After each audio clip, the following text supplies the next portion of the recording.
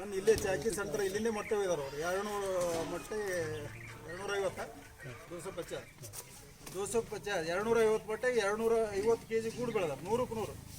ಆ ಥರ ನಮ್ಮಲ್ಲಿ ಬೆಳಿಬೇಕು ಅಂತ ನಾ ಒಂದು ರಿಕ್ವೆಸ್ಟ್ ಮಾಡ್ಬೋದು. ಅದಕ್ಕೆ ಇಲ್ಲಿ ಅಂದ್ರೆ ಭಂಡಾರಕುಮಟ ಅಂತಂದ್ರೆ ಭಂಡಾರಕುಮಟ ಸರ್ ಇದು ಬೀದರ್ ಜಿಲ್ಲೆ ಅಲ್ಲ, ಗುಲ್ಬರ್ಗ ಡಿವಿಷನ್ ಬಲ್ಲೇ ಪ್ರಥಮವಾಗಿ ರೇಷ್ಮೆ ಮಾಡಿ ಊರು ಯಾವ್ದಾರ ಇದ್ರೆ ಭಂಡಾರಕುಮಟ.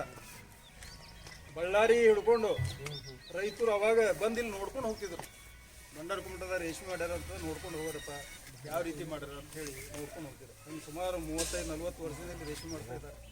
ಭಾಳಷ್ಟು ಅನುಭವದ. ಅದು ಸ್ವಲ್ಪ ಟೆಕ್ನಾಲಜಿದಾಗ ಸುಧಾರಣೆ ಆಗ್ಬಿಡ್ತದೆ. ತಾಂತ್ರಿಕತೆ ಹೊಸ ತಾಂತ್ರಿಕತೆ ಬಂದವ. ನಾವು ಈ ಥರ ಎಲ್ಲನೂ ಡೀಟೇಲ್ ಎಷ್ಟು ಖರ್ಚು ಬರ್ತದೆ, ಇವು ಸಸಿಗಳು ಸಿಗ್ತಾವೆ, ಬೀಜ ಸಿಗ್ತಾವೆ ಎಲ್ಲನೂ ಚರ್ಚೆ ಮಾಡ್ಬೋದು. ಇವ್ರ ಹತ್ರನೇ ಮಾಡ್ಬೋದು.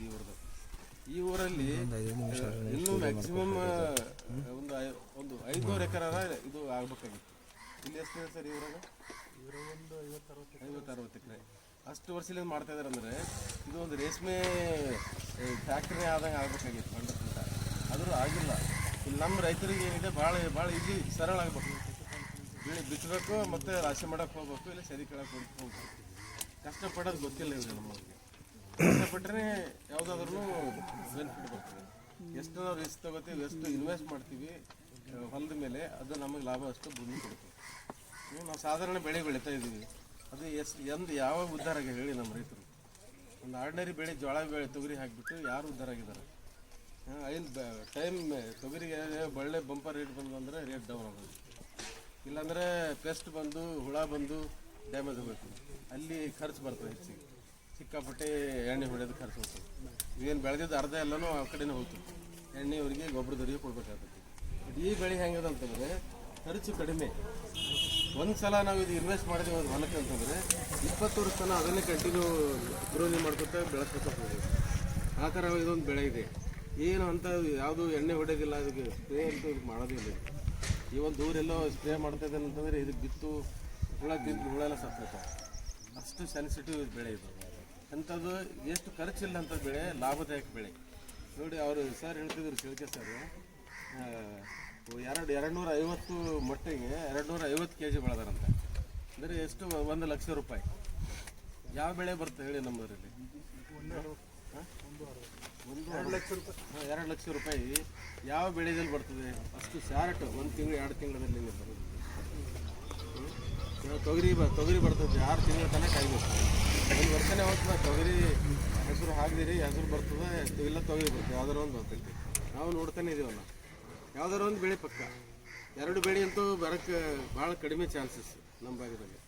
ತೊಗರಿ ಬಂದರೆ ಹೆಸರು ಬರೋಲ್ಲ. ಹೆಸರು ಚಂದ ಬಂತಂದ್ರೆ ತೊಗರಿ ಏನೋ ಮಳೆ ಕಮ್ಮಿ ಅದ, ಹುಳ ಅದ, ಹೀಗಾಗಿ ನಮ್ಮ ರೈತರು ಮೇಲೆ ಬರೋಲ್ಲ. ರೇಟು ಅಂತಾರೆ.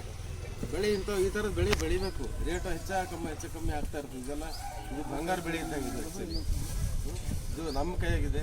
ದಯಮಾಡಿ ತಿಳ್ಕೊಳ್ರಿ. ನಾನು ಮೊದಲು ಇಲ್ಲಿ ಯುವಜಗಳಿಂದ ಹೇಳ್ತಿದ್ದೆ. ನಾನು ಉದ್ಯೋಗ ಖಾತ್ರಿ ಯೋಜನೆಯಲ್ಲಿ 2.5 ಎಕರೆ ನಾವು ರೇಷ್ಮೆ ತೋಟ ಮಾಡ್ತೀವಿ. 2.5 ಎಕರೆಯಲ್ಲಿ ರೇಷ್ಮೆ ಕಲ್ಟಿವೇಷನ್ ಮಾಡ್ಕೊಂಡು ಕ್ರಿಯಾ ಯೋಜನೆಯಲ್ಲಿ ಇಟ್ಕೊಂಡು ಮಾಡ್ಕೊಂಬಂಥ ಅವಕಾಶ ಇದೆ. 2.5 ಲಕ್ಷ ತನಕ 1 ಎಕರೆಗೆ 1 ಹೆಕ್ಟರ್ ತನಕ ಕೂಡ ನಮ್ಮದು ಉದ್ಯೋಗ ಖಾತ್ರಿದಲ್ಲಿ ಅದ. ನೀವು ರೈತ ಮನಸ್ಸು ಮಾಡಿದ್ರೆ 5 ಲಕ್ಷ ರೂಪಾಯಿ ಅವರು ಬಳಸ್ಕೋಬೋದು ಒಂದು ವರ್ಷದಲ್ಲಿ. ಒಂದೇ ರೈತ ಏನಂದರೆ ಇದು 2.5 ಎಕರೆ ರೇಷ್ಮೆ ಮತ್ತು ಎರೆಹುಳು ಗೊಬ್ಬರ ಮತ್ತು ಇದು ಈ ಥರ 3-4 ಆಮೇಲೆ ಡೈರಿ 4-5 ಥರದ್ದು. ಅಂದರೆ ಇದು ಏನು ಈಗೇನು ಫಾರ್ಮಿಂಗ್ ಅಂತ ಬರುತ್ತೆ,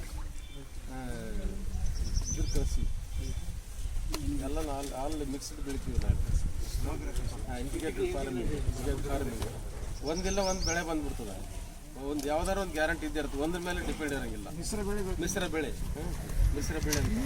ಅಂತ ಆ ಥರ ಬೆಳೆಸ್ಕೊಂಡು 5 ಲಕ್ಷವರೆಗೆ ನಾವು ಉದ್ಯೋಗ ಖಾತ್ರಿಯಲ್ಲಿ ಬಳಸ್ಕೊಳ್ಳೋದು ಅವಕಾಶ ಇದೆ.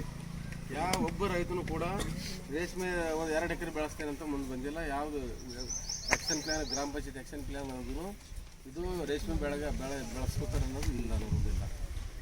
ಯೂಸ್ ಮಾಡ್ಕೋಬೋದು. ಇಲ್ಲೇ ಎಲ್ಲ ಸಿಗ್ತದೆ ನಿಮಗೆ. ಇವರು ಇದೇನು ಸ್ಟಿಕ್ಸ್ ಕೊಡ್ತೀರಲ್ಲ, ಕಡ್ಡಿ ನೀವೇ ಕೊಡ್ತೀರಲ್ಲ ಸರ್? ನರ್ಸರಿ ನೀವೇ ಸಪ್ಲೈ ಮಾಡ್ತಿರಲ್ಲ, ಇಲ್ಲೇ ಸಪ್ಲೈ ಇದೆ. ಇವರು ಎಷ್ಟು ಬೇಕಾದ್ರೆ 10 ಎಕರೆ ಬೇಕಾದ್ರೂ ನಿಮ್ಗೆ ಡೆವಲಪ್ ಮಾಡ್ಕೊಡ್ತಾರೆ. ಇಂಥ ಒಂದು ಅವಕಾಶ ಇದೆ. ಈ ಊರಲ್ಲಿ ನೀವು ಬಂಡರಗುಂಟ ಅಂದ್ರೆ ಹಿಂಗಾಗಬೇಕು, ಅವ್ರು ಎಂದ್ರಲ್ಲ ಅಲ್ಲಿ ಎಲ್ಲಿಂದ ಬರ್ತಿದ್ರು ಅಂತೇಳಿ. ಈ ಬಂಡರಗುಂಟ ಅಂದ್ರೆ ಎಲ್ಲರೂ ಬರೀ ರೇಷ್ಮೆ ಬೆಳೆಗಾರ ಅಂದಂಗೆ ಆಗ್ಬೋದು. ಆ ಥರ ಒಂದು ಏರಿಯಾ ಎಕ್ಸ್ಟೆಂಡ್ ಮಾಡಿರಿ ಅಧ್ಯಕ್ಷರೇ. ನೀವು ಕ್ರಿಯಾ ಯೋಜನೆಯಲ್ಲಿ ರೇಷ್ಮೆ ಬೆಳೆ ಬೆಳೆಸ್ಕೊಂಡು ಹೋಗ್ಬೇಕು. ಅವ್ರು ಮಾವಿನ ಗಿಡ ಹಚ್ಕೋತಾರೆ, ಬೇರೆ ಏನೇನೋ ಮಾಡ್ತಾರೆ. ಬಟ್ ಇದು ಏನಿದೆಲ್ಲ ಪರ್ಮನೆಂಟ್ ಒಂದು ಸಲ ಹಚ್ಚಿದ್ರೆ ಅಂತಂದ್ರೆ 15-20 ವರ್ಷ ತನಕ ಇದು ಬೆಳೆ ಬರ್ತದೆ. ಇದಕ್ಕೇನು ಒಂದು ನೀರು ಬೇಕಷ್ಟೇ. ಬೇರೆ ಎಲ್ಲ ಏನೇನಿದು ಹ್ಯಾಂಗೆ ಮಾಡ್ಬೇಕು ಅನ್ನೋದು ಅವ್ರು ಸೆನ್ಸಿಟಿವ್ ಇರ್ತದೆ ಭಾಳ. ಈ ಬೆಳೆ ಅದೆಲ್ಲ ಅವರೆಲ್ಲ ತೋರಿಸ್ಕೊಡ್ತಾರೆ. ಅದಕ್ಕೆ ನಿರಂತರವಾಗಿ ಒಂದು ಫ್ಯಾಮ್ಲಿ ಅದು ಡೆಡಿಕೇಟೆಡ್ ಅದಕ್ಕೆ ಮೀಸಲಿಡ್ಬೇಕು ನಾವು, ಗಂಡ ಹೆಂಡತಿ ಮಕ್ಕಳು. ಈಗ ಒಂದು 2 ಎಕರೆ ಹಾಕಿದ್ರೆ ಅದನ್ನು ಬಿಟ್ಟರೆ ನಾವು ಬೇರೆ ದಂಧೆನೇ ಇಲ್ಲ. ಆ ಥರ ಮಾಡಿದ್ರೆ ಇದು ರೇಷ್ಮೆ ಬೆಳೆ ಬೆಳಿಬೋದು. ಅದಕ್ಕೆ ದಯಮಾಡಿ ನೀವು ರೇಷ್ಮೆದು ಉದ್ಯೋಗ ಖಾತ್ರಿ ಯೋಜನೆಯಲ್ಲಿ. ವೀಕ್ಷಕರೇ, ಈ ವಿಡಿಯೋ ನಿಮಗೆ ಇಷ್ಟ ಆಗಿದ್ರೆ ಈ ಕೂಡಲೇ ಸಬ್ಸ್ಕ್ರೈಬ್, ಕಮೆಂಟ್, ಲೈಕ್ ಮಾಡಿ ಹೊಸ ವಿಡಿಯೋಗಳನ್ನು ಮಾಡಲು ಬೆಂಬಲವನ್ನು ನೀಡಿ.